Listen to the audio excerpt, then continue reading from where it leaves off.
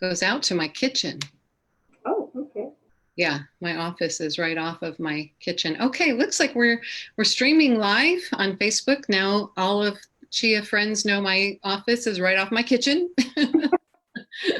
Someday we'll do a Chia tour of what Chia looks like nowadays. But hey, I just want to thank everybody for joining us and say hello. And I'm here with Chuck and Pam Geib, who are our Northern Central Regional Advisory Board members. Hi, Chuck and Pam. Hi, Rebecca. Good to see you. Good to see you. I'm so glad that you could join us. And Chuck, you could take a little bit of time out of your busy day and jump in here with us. I appreciate it. Not a problem. So I want to take a few minutes to introduce you to our, you're our North Central, so kind of Sacramento area and Central Valley representatives. And I think you're probably our northernmost regional advisory board members in the state. So you've got a large area that you cover. Before we talk about what you do, can you tell us a little bit about yourselves and your homeschool journey? Would you mind doing that? Sure, I don't mind doing that at all. It's been a long time. Back in the early 80s, 1982, I came home from work and my husband said, I know the best kind of education there is. And he said it was homeschooling. And I laughed like Sarah did in the Bible with Abraham. And then he said, please listen to Dr. Dobson tomorrow morning and hear what he has to say. And I promised that I would, and I did. And then we were on our road to homeschooling. Our baby was just 2, and we thought we had plenty of time. Our next oldest boy was already in first grade, and we weren't even thinking about him at the time. But it took a few years to get ready, to prepare. Yes, we had to get ready. And so we started in 1985, and we had a 5th grader, and we had not a kindergartner yet because he was only 5. And we had a really fun year that year getting started. By the end of the first week, I knew, okay, I can do this. Okay. I wasn't sure about it before that, but I knew that I could. And Chuck will tell you, he has a really long story, but the bottom line is we felt God calling us to this, and we knew he would be with us. How did you know that, Chuck? Well, basically we have 4 boys. The older 2 boys had just graduated from high school. And our goal as a family had always been to pass on a godly heritage and to train our children in the way they should go.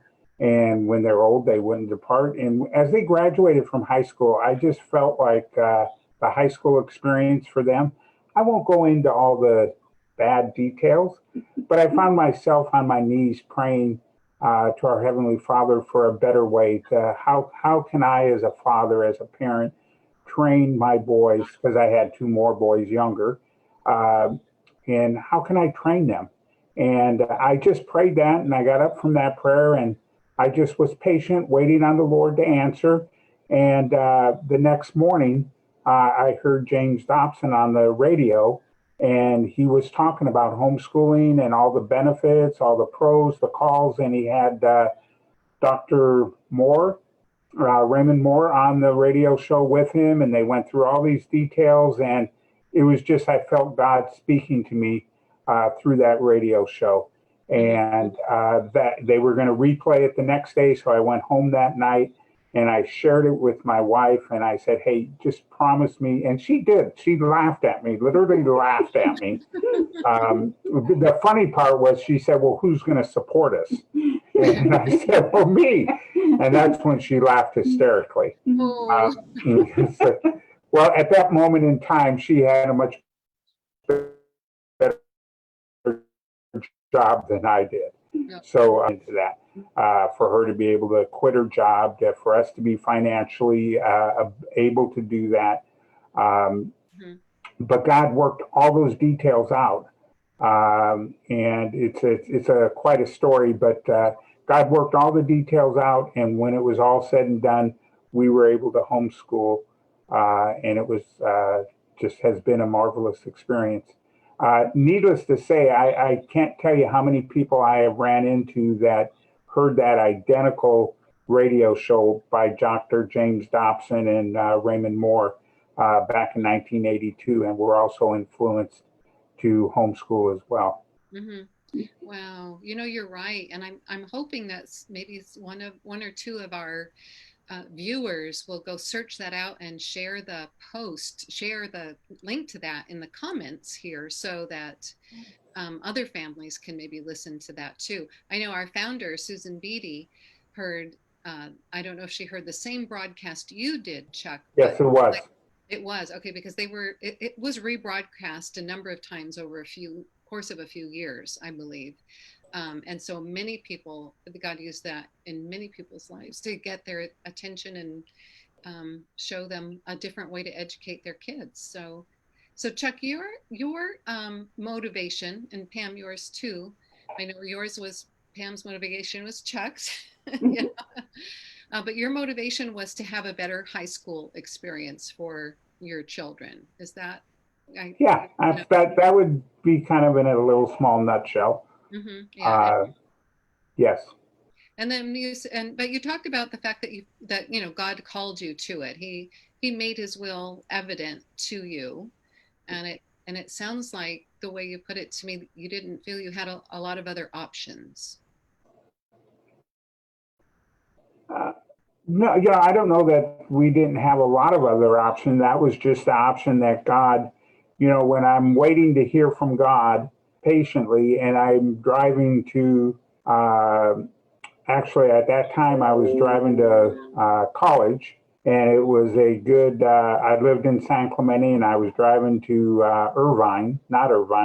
Costa Mesa, Mm-hmm. and it's over a half-hour drive, and God puts James Dobson on the radio, and they're talking about homeschooling and the educational benefits and pros and cons.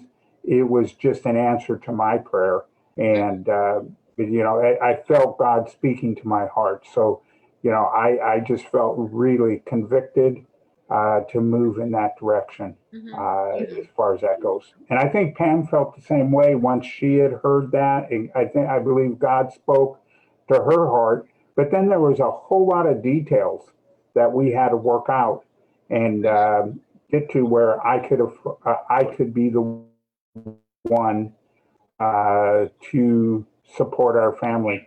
And God took us through a journey to San Jose and back to Bakersfield in order to accomplish that. It's a journey, San Jose and back to Bakersfield. Interesting.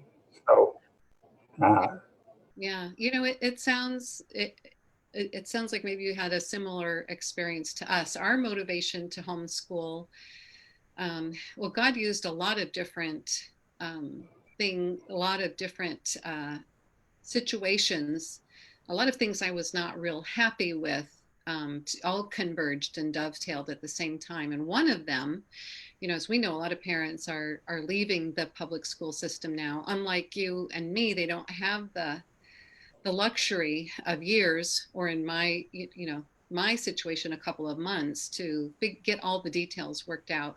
It's a blessing to hear God provided for you, and he can do that in the matter of over years or over a couple of months or in a couple of days. So we had in our school where the elementary school where my children were, they were implementing an anti-drug program, which as a parent, when the principal talked about that at our PTA meeting, I thought that was a wonderful idea. I didn't want my little children taking drugs. So he asked for help, working on the program, which I volunteered to do. And lo and behold, I read the curriculum, went to the training programs, on how to implement the curriculum in the classrooms and how to support the teachers. And at one point I said to the principal, there's nothing in this curriculum, I'd read it from cover to cover, that mentions drugs. Nothing in here that says don't take drugs. Drugs are right. And I mentioned that to him, and he said, no, that's not the tack that this is going to take. They're going to put the children in small social circles, and essentially what they were going to be doing was implementing the situational ethics that was popular at the time in the 80s. We started homeschooling in 1984. So the situational ethics and then behavioral modification, that was being implemented in the public schools at that time, which was basically browbeating children to conform to the herd mentality. And then because the children will have been sufficiently browbeaten or brainwashed into going with the crowd, they should not take drugs. Well, that's just assuming that the crowd chooses not to take drugs. And it looks like we have maybe lost Chuck and Pam. I think their screen's frozen, but they'll be back with us in a couple of minutes. Anyway, so that was one of the things they were implementing in the school system at the time that I simply could not abide by. And as I said, there were a number of different situations that arose at the same time that we felt like God had used those to get our attention and show us that homeschooling is what his plan was for our family. And ultimately, we did feel that God was calling us to teach our kids at home. Oh, they're really gone. Hopefully they'll be back. That God really was calling us to teach our children at home. And ultimately, our children's education needed to be about discipleship and training them up in the ways of God. Now, I know that so many parents are joining the homeschool community now because they feel compelled, that they don't have any other options because of the COVID-19 accommodations that are being implemented in children's classrooms. And right now in California, it looks like children will not be having face-to-face education. At least a good number of them will not be going back to school in September, that they're going to be having distance classes.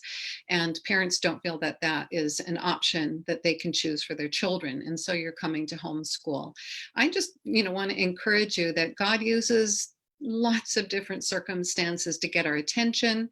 He uses circumstances to direct us into his will, and that if you're a child of God, where you are right now is where God wants you to be. And he's using these circumstances for whatever reason to accomplish his purposes in your family's life. So just as he provided for Chuck and Pam financially, and he's provided for our family, we moved as well. We moved from a more affluent neighborhood in Orange County. Oh, looks like they're back. More affluent neighborhood in Orange County to the Inland Empire, where we could afford to buy a house and live on one income for several years. I did eventually go back to work as our kids got a little bit older, but that was in the homeschool community. So I'm still in homeschool ministry now. So just want to encourage you. It's a journey, but it's worth it. It's definitely well worth it.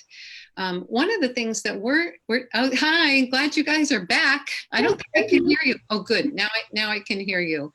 So yes, I was just saying how it is a journey and it's a process, but it's definitely a worthwhile process. Absolutely. So were you like us that felt like you needed to move to a new area or you needed to relocate in order to be able to homeschool or to continue homeschooling on one income? No. I mean, we did move to an area, and that's the journey, because we were moving to Modesto, California from South Orange County, which was the most expensive place in San Clemente to own a home. And we were going to move to Modesto, which was very reasonable at that time to rent a home.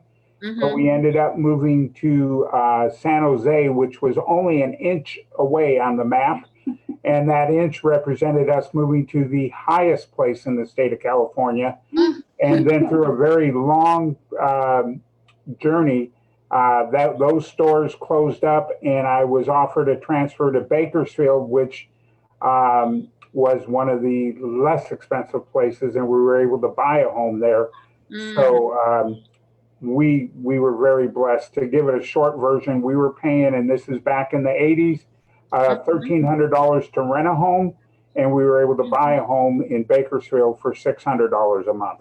Oh my! So God really blessed us to move us to San Jose and then back. And then back again. Wow. Yeah. Well, you know what? That's wonderful. And I just wanted to. I was going to try to share my screen. Here we go. So you said, and I'm just gonna, this is not an X-rated film, but you mentioned that you wanted to give your children a better high school experience. Yes. And one of the things, and we felt like we wanted the same thing as well. And one of the things that Shia is doing to help parents is we've partnered with Pacific Justice Institute, and we are included in their film, Sex Ed, Let Parents Decide, because so many parents are bringing their children home now because of the sex ed curriculum and the mandates that the schools are implementing. And so I just wanted to take a minute to give a plug to, let me close that, to give a plug and a shout out for this live streaming event that we're going to be participating in. It takes place August 21st, and we're going to be going ahead and sharing the link to this live screen event so that parents who are interested can participate. It's a free event. As I said, she has been working with Pacific Justice Institute on this. Our goal is to be able to reach pastors and church leaders so that they will be aware of what's being taught in the classroom. Like, I was surprised. I thought anti-drug program was about drugs, but it was about behavioral modification and situational ethics. Parents may think that their kids are learning health, but in truth, they're learning triple X-rated sex. And so we want them to know what's happening. And she is also there to help parents and help families and help pastors and church leaders start homeschool groups in their community. So this is one of the motivations I think that many families are encountering nowadays. So we have lots of different motivations going on now, and this is one of them. So we just wanted to share this opportunity with our families. So, okay, I'm going to go ahead and stop sharing that. And looks like, did we lose you, Chuck and Pam, again? I am going to go ahead, and we need to end our broadcast because our 15 minutes are up. I'm kind of hoping Chuck and Pam can jump back on here. I don't see them. So I'm going to go ahead and say goodbye on their behalf and thank each of you for joining us. God bless you. Bye-bye.